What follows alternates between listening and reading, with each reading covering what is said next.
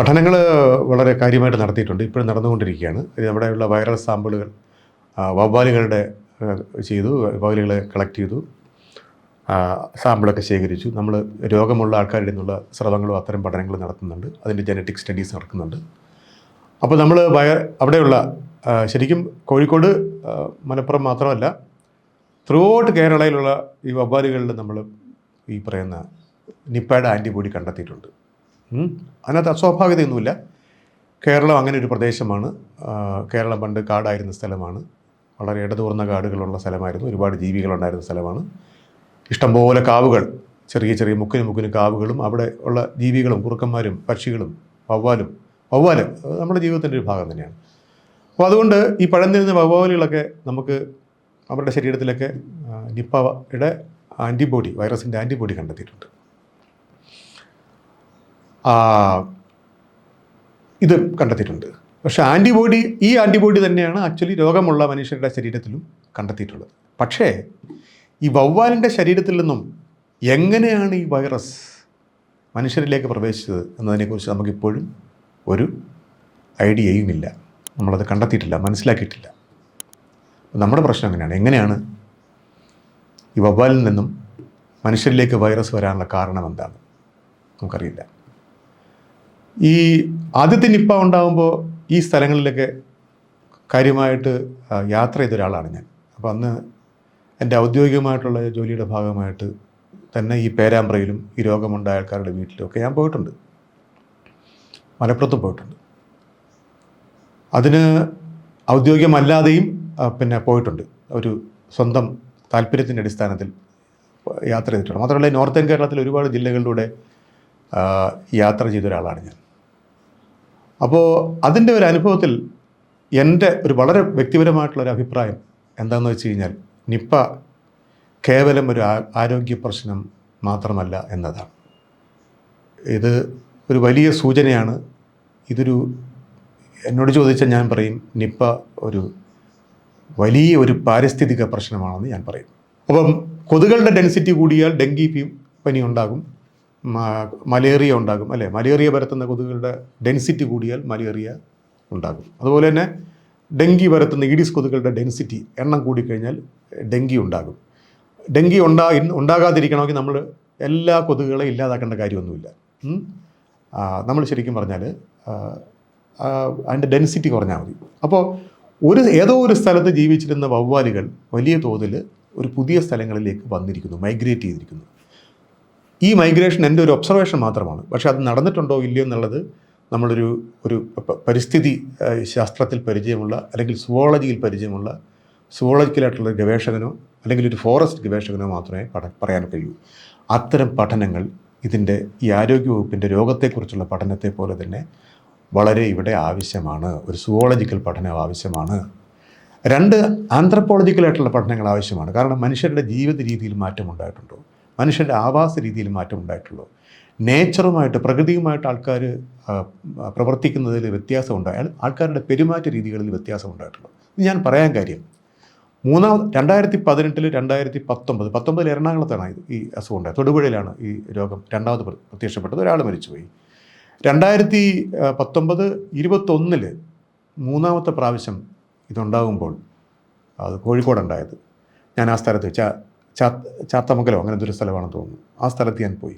അപ്പോൾ അത് ഉണ്ടായ കാഞ്ചനയും മൊയ്തീൻ്റെയും അവർ താമസിച്ചിരുന്ന അതായത് മൊയ്തീൻ മരണമടഞ്ഞ നദിയുടെ കരയിലാണ് അവിടെ ഞാൻ പോയത്. അപ്പോൾ ഞാൻ അവിടെ ചെല്ലുമ്പോൾ തന്നെ അവിടെ ഇഷ്ടംപോലെ വവ്വാലുകളാണ്. വവ്വാലുകൾ ഇങ്ങനെ എല്ലാ മരങ്ങളിലും, ആ നദിയിലേക്ക് താഴ്ന്നു നിൽക്കുന്ന മരങ്ങളിലൊക്കെ വൈകുന്നേരം വവ്വാലുകൾ തൂങ്ങിക്കിടക്കുക. അപ്പം ഞാൻ നാട്ടുകാരോട് ചോദിച്ചു. അപ്പോൾ അവർ പറഞ്ഞു ഇത് 10-30 വർഷമായിട്ടുള്ള വവ്വാലുകളാണ്.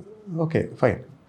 മാനന്തവാടിയിൽ എൻ്റെ ഒരു സുഹൃത്തുണ്ട്. മാനന്തവാടിയിൽ എൻ്റെ സുഹൃത്ത് പറഞ്ഞു അത് 30 വർഷമായിട്ട്, സന്തോഷം, അത് മൈഗ്രേഷനൊന്നുമല്ല, 30 വർഷമായിട്ട് തന്നെ മാനന്തവാടി ടൗണിൽ വവ്വാലുകളുണ്ട്. പക്ഷെ അതല്ല ഞാൻ പറഞ്ഞു തന്നത്.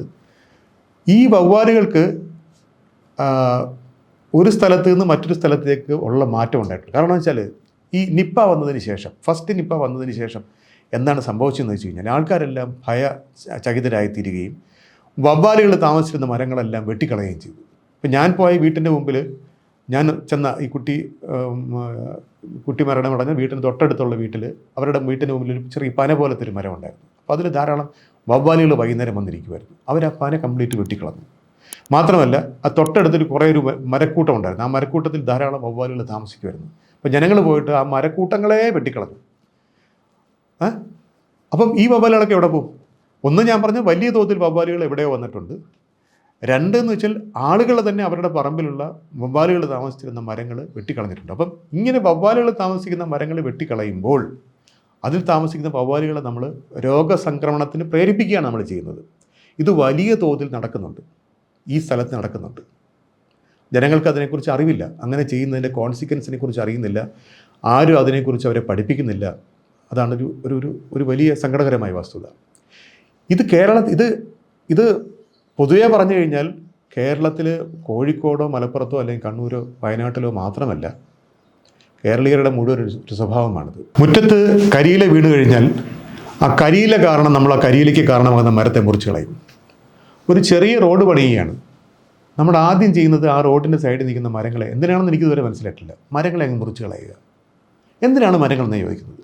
ഈ മരങ്ങളിൽ താമസിക്കുന്ന ഒരുപാട് ജീവജാലങ്ങളുണ്ട്. അത് വവ്വാലാവാം, കിളികളാകാം, അണ്ണാനാവാം, ചിലപ്പം ഏതെങ്കിലും പാമ്പുകളാവാം.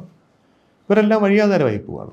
ഞാൻ താമസിക്കുന്ന കരുനാഗപ്പള്ളി എന്നുള്ള സ്ഥലത്ത്, എൻ്റെ തഴവ എന്നുള്ള ഗ്രാമത്തിൽ 7 or 8 കാവുകളുണ്ടായിരുന്നു. അപ്പോൾ ഞാൻ സ്കൂളിൽ പോകുമ്പോൾ തന്നെ പോകുന്ന വഴി തന്നെ 3 കാവുകളുണ്ട് ഉണ്ടായിരുന്നു. ഈ കാവുകളിലൂടെയാണ് ഞങ്ങൾ പോയിക്കൊണ്ടിരുന്നത്. കാവുകളിലൊക്കെ പോയി, ചൂരൽ കാവുകളാണ്, അവിടെ ഇരുന്ന് കുറച്ച് നേരം തണലത്തൊക്കെ ഇരുന്നിട്ടാണ് നമ്മൾ പോകുന്നത്. ഞാൻ ഈ അടുത്ത കാലത്ത് പോയി നോക്കിയപ്പം ഈ നിപ്പായ്ക്ക് ശേഷം എൻ്റെ ഒരു ഇൻട്രസ്റ്റ് കൊണ്ട് ഈ കാവുകളൊക്കെ ഇപ്പോഴും ഉണ്ടോ എന്നറിയാൻ വേണ്ടി ഞാൻ നാട്ടിൽ പോയപ്പോൾ ഈ കാവുകളൊന്നും ഇപ്പോൾ ഇല്ല. എല്ലാ കാവുകളും പോയി. ഇപ്പോൾ അവശേഷിക്കുന്ന ഒരു കാവാണ്. ആ ഒരു കാവിലും അവിടുത്തെ ആ കാവ് തന്നെ ശുഷ്കിച്ചു പോയിരിക്കുന്നു. അപ്പോൾ ഈ മരക്കൂട്ടങ്ങളെല്ലാം ശരിക്കും ഈ ഒരുപാട് ജീവികൾക്ക് ജീവിക്കാനുള്ള അവരുടെ ആവാസ സ്ഥാനങ്ങളാണ്. ഇതില്ലാതാകുമ്പം ഇവരൊക്കെ എവിടെ പോകും? വവ്വാല് താമസിക്കുന്ന ഒരു മരം മുറിച്ച് കളയുമ്പോൾ ഈ വവ്വാൽ എവിടെ പോകും? വേറൊരു സ്ഥലത്തേക്ക് പോകും. ഈ യാത്രക്കിടയിൽ വവ്വാലിനുണ്ടാകുന്ന ചേഞ്ചസ് ഉണ്ട്. അതിൻ്റെ ഉള്ളിൽ കഴിയുന്ന രോഗാണുക്കളെ ഇത് പുറത്തേക്ക് വരാൻ പ്രേരിപ്പിക്കുകയാണ് ചെയ്യുന്നത്. നമ്മൾ ഇപ്പോൾ വലിയ റോഡ് പണിയാൻ വേണ്ടി, വലിയ ടൗൺഷിപ്പ് പണിയാൻ വേണ്ടി, അല്ലേ, തുറമുഖങ്ങൾ പണിയാൻ വേണ്ടി, അല്ലെങ്കിൽ നമ്മൾ ഇടനാടിലൂടെയുള്ള റെയിൽവേ പാത നടപ്പിലാക്കാൻ വേണ്ടിയൊക്കെ നമ്മൾ വൻതോതിൽ നമ്മൾ മരങ്ങൾ മുറിക്കുമ്പോൾ അവിടെ താമസിക്കുന്ന മനുഷ്യരെ നമ്മൾ താമസിക്കാനായിട്ട് വീട് വെച്ച് കൊടുക്കും, അല്ലേ? പുനരധിവാസത്തിൻ്റെ ഭാഗമായിട്ട് മനുഷ്യരെ നമ്മൾ പുനരധിവസിപ്പിക്കും. പക്ഷേ അത് മാത്രം പോരാ. കേരളത്തെ പോലൊരു സ്ഥലത്ത് നമ്മൾ ഈ റിഹാബിലിറ്റേഷൻ പക്ഷികൾക്കും മൃഗങ്ങൾക്കും ആവശ്യമാണ്. അപ്പോൾ നമ്മളതിനെ സോഷ്യൽ ഫോറസ്റ്റിനെക്കുറിച്ചൊക്കെ നമ്മൾ ആലോചിക്കണം. അവർക്ക് എവിടെ പോവും?